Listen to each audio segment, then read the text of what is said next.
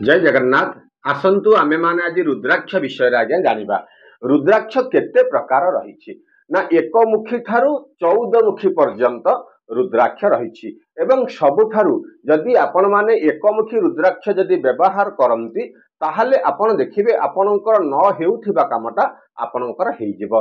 ताहले आमे रुद्राक्ष असली रुद्राक्ष आमे जानिबा किपरि ना असली रुद्राक्ष को जदि आपण पानी किंबा क्षीर रे जदि आपण रुद्राक्ष को पकाउचंती आपण देखिबे जदि से रुद्राक्षटा जदि पानी रे किंबा क्षीर रे बुड़ी गला ताहले से हला असली रुद्राक्ष। आहुरी गोटे आज्ञा भी तार अछि जानिबा पई आपण गोटे तंबा पैसा दीटा तंबा पैसा आनिबे गोटे तंबा पैसा ऊपर रुद्राक्ष को आपण रखिबे आउ गोटे तंबा पैसा ता ऊपर से रुद्राक्ष ऊपर धीरे धीरे आपण ताकू बुलेबे। आपण जदि देखिबे से रुद्राक्षटा धीरे धीरे बुलिला ताहले आपण जानिबे जे ये होछि असली रुद्राक्ष। आहुरी गोटे भी कारण अछि जदि आपण ताकू कोनोसी तेल किंबा लहुणी रे जदि आपण ताकू पकई दियंती आपण देखिबे से गोटा होई ता धुरु से बाहरिबो। ताहले आमे वर्तमान जानिले असली रुद्राक्ष चिन्हिले आमे चिन्हिबा बा किपरि। तेणु एई होछि रुद्राक्षर कहानी। आर भिडियो रे 14 प्रकारर रुद्राक्षर कोन कोन सब महत्व अछि आमे श्रवण करिबा।